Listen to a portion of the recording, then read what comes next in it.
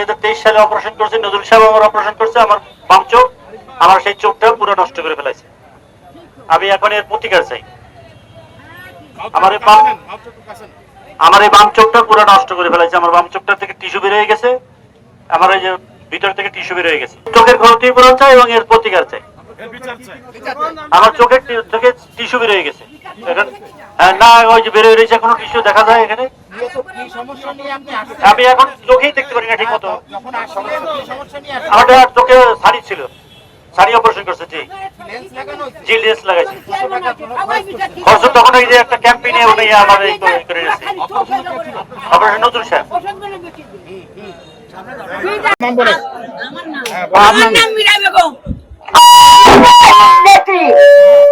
আমার কোনো ভয় নেই, আমি সবাই বলছেন যে লোকজন আছে চোখ দেখাচ্ছে সবগুলো দেখে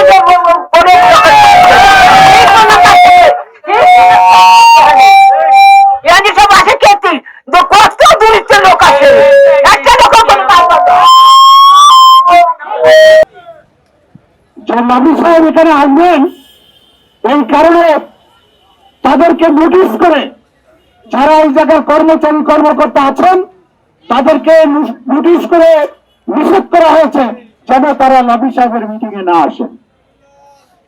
শুধু তাই নয়, তিনি এলাকার নির্বাচিত প্রতিনিধি, তিনি যে কোনো জায়গায় যেতে পারেন, খোঁজ খবর নিতে পারেন এবং তিনি অন্যায় হচ্ছে কিনা সেটা দেখার ক্ষমতা তার আছে। আপনি কিছু অযোগ্য লোক দিয়ে অপারেশন করিয়ে আপনি যে লোকের চোখ অন্ধ করলেন, তো এগুলো আপনি জানেন না। আপনার কর্মকর্তা কর্মচারীকে আপনাকে তো বারবার বলেছেন যে স্যার এটা চক্ষু হসপিটাল, এখানে একজন অভিজ্ঞ চক্ষু বিশেষজ্ঞর প্রয়োজন, কিন্তু আপনি তাদের কথায় কর্ণপাত না করে যারা কোনদিন চক্ষু সম্পর্কে কোন লেখাপড়া করে নাই আপনি তাদের দিয়ে অপারেশন করিয়ে এই পর্যন্ত প্রায় 100 লোককে অন্ধ করে দেওয়া হয়েছে। আপনাকে বারবার বলা হয়েছে, আমরা বলেছি এই বাবু সাহেবকে যে আপনি একজন বিশেষজ্ঞ জরুরি ভিত্তিতে আনেন। আরে যারা এই সম্পর্কে ভালো জানে না, অনিমুগ্ধ লোক দিয়ে আপনি আর কারো চোখ অপারেশন করাবেন না। একটা মানুষের চোখ অন্ধ করে দেওয়া মানে তার জীবন্ত মৃত্যু হয়ে যাওয়া। মানুষের জীবন নিয়ে আপনি খেলবেন না। তর্ক বিতর্ক হয়েছে, কোন গন্ডগোল গ্যাঞ্জাম কোন মত কোনো কিছু হয় নাই। অথচ আমরা দেখলাম গতকাল উনি দেবেন, এখন দেবের বলে নিতে হয়েছেন। আরে হন যায় দেবের নেতা, কিন্তু আপনি দেবের নেতা হয়ে মানুষের জীবন নিয়ে সিনেমিনি খেলতে পারেন না। আপনি শত শত লোককে অন্ধ করে দেবেন আর আমরা তাই সহ্য করবো, এটা তো সম্ভব না। বছর বলে নাই যে আপনি পদত্যাগ করেন, তা আপনি পদ ছেড়ে দেন।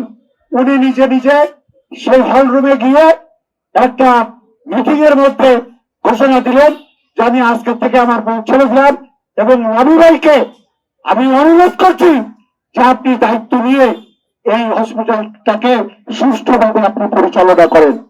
অথচ কালকে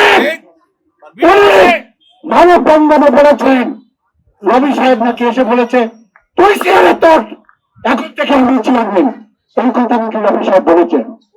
আছে ফেসবুক খুঁজলে পাবেন একটা বক্তব্য উনি বলেছেন যে আমাকে রবি সাহেব আমার কাছ থেকে পদ ছিনতাই করে নিয়েছে, মানে আমাকে সরাই দিয়ে উনি নিজে সভাপতি ঘোষণা করেছে।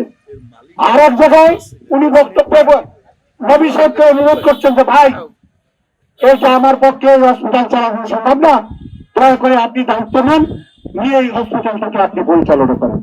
এইটা উনি কোনোদিন দুর্নীতি করেন নাই। উনি যদি দুর্নীতি না করবেন তাহলে উনার কি এত ইন্টারেস্ট যে একটা লোক মানুষের অন্ধ করে দিচ্ছে, তার বিরুদ্ধে উনি কোনো ব্যবস্থা নিচ্ছেন না। তাকে এখান থেকে দায়িত্ব থেকে তার অনেক আগে চাকরি নিয়ে শেষ হয়ে গেছে। ওনার সে তারপরে খালি এক্সটেনশনের পরে এক্সটেনশন করছেন। আপনার কি এমন শব্দ নিশ্চয়ই মাসে মাসে মাল পাচ্ছেন, সেই কারণে আজকে আপনি ব্যবস্থা নিতে চান না। আমরা যখন আমাদের চোখের কোনো সমস্যা হয় ছুটে আসি আমরা এই হসপিটালে, আমরা এসে একটু চিকিৎসা, গরিব মানুষ বাড়ির দ্বারা এখানে এসে একটু সুচিকিৎসার জন্য ছুটে আসে, আর সুচিকিৎসার বদলে আসে ভালো চোখ নিয়ে আর বেরিয়ে যায় অন্ধ হয়ে। 20 লাখ টাকার একটা কাজ হচ্ছে রূপের ভিতরে, এটা টেন্ডারে দেওয়া হবে, মিটিং সিদ্ধান্ত, কিন্তু সেটা টেন্ডারে না দিয়ে তোমার কমিটির একজনকে দিয়ে সে কাজ করাচ্ছে, সেটা কোনো টেন্ডার দেন না। গাড়ি করাতে অনিয়ম করেছেন। লেন্সের থেকে একটা লেন্সের দাম 40,000, সরকারি খাতায় লিখেছেন 5,000, আর 35,000 কোথায় গেল? ওই পকেটে, নাইলে কোনো খাতির এলো। কিন্তু এই ধরনের কোন নিয়ম নাই এগুলি করার। খাতা কলমে আপনার লেন্সের দাম 40,000, সরকারি খাতায় উঠানো হয় 5,000, আর 35,000 খবর নাই। এইভাবে হাজার হাজার রোগীর বেলায় এই সমস্ত করেছে। এখানে গরিব রোগী, তাদের বেলায় কোন সুযোগ সুবিধা নাই। মাননীয় এমপি সাহেব ডাইরেক্টর সাহেবের কাছে জানতে চায় যে কনফারেন্স রুম, আমি তো এখানে মত বিনিময় সভা করব, কনফারেন্স রুমটা কেন খোলা হয়নি? তখন তার কোনো জবাব তারা দিতে পারেনি। তারা ইচ্ছাকৃতভাবেই কনফারেন্স রুমটি বন্ধ করে রেখেছে।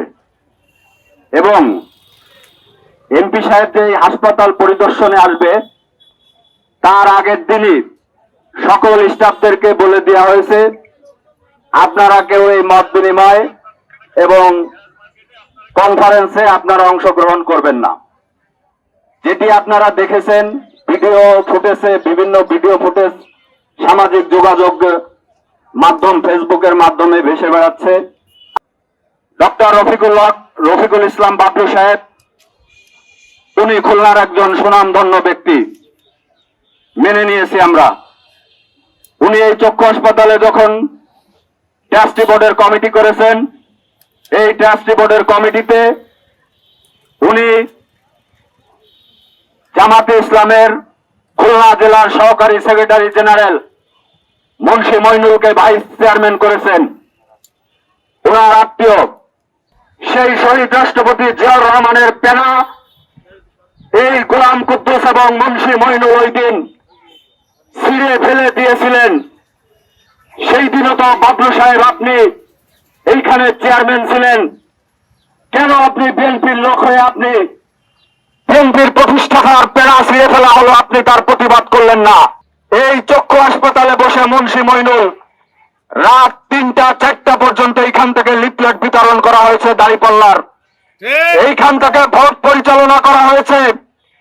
একটা হাসপাতালে বসে এইভাবে কি নির্বাচন পরিচালনা করা যায় কিনা আপনাদের কাছে আমার প্রশ্ন থাকলো। এই হাসপাতালের স্টাফদেরকে বাধ্য করা হয়েছে, তাদেরকে বলা হয়েছে যদি তোমরা দাঁড়িপাল্লায় ভোট না দাও তাহলে নির্বাচনের পরে তোমাদেরকে চাকরিচ্যুত করা হবে। তার বক্তব্য, তার সকল ভিডিও ফুটেজ আমাদের কাছে আছে। যদি সাংবাদিক ভাইরা আপনারা চান, আমরা এই ভিডিও ফুটেজগুলো আপনাদের কাছে আমরা পৌঁছিয়ে দেব। মুন্সি মইনুল এবং গোলাম কুদ্দুস নির্বাচনের আগে 737 জন জামাতপন্থী লোককে এই হাসপাতালের প্রশাসনকে চাপ দিয়ে তাদেরকে ট্রিটমেন্ট করিয়ে জামাতে ভোট দিতে বাধ্য করেছে। এইগুলো কি অনিয়ম নয়?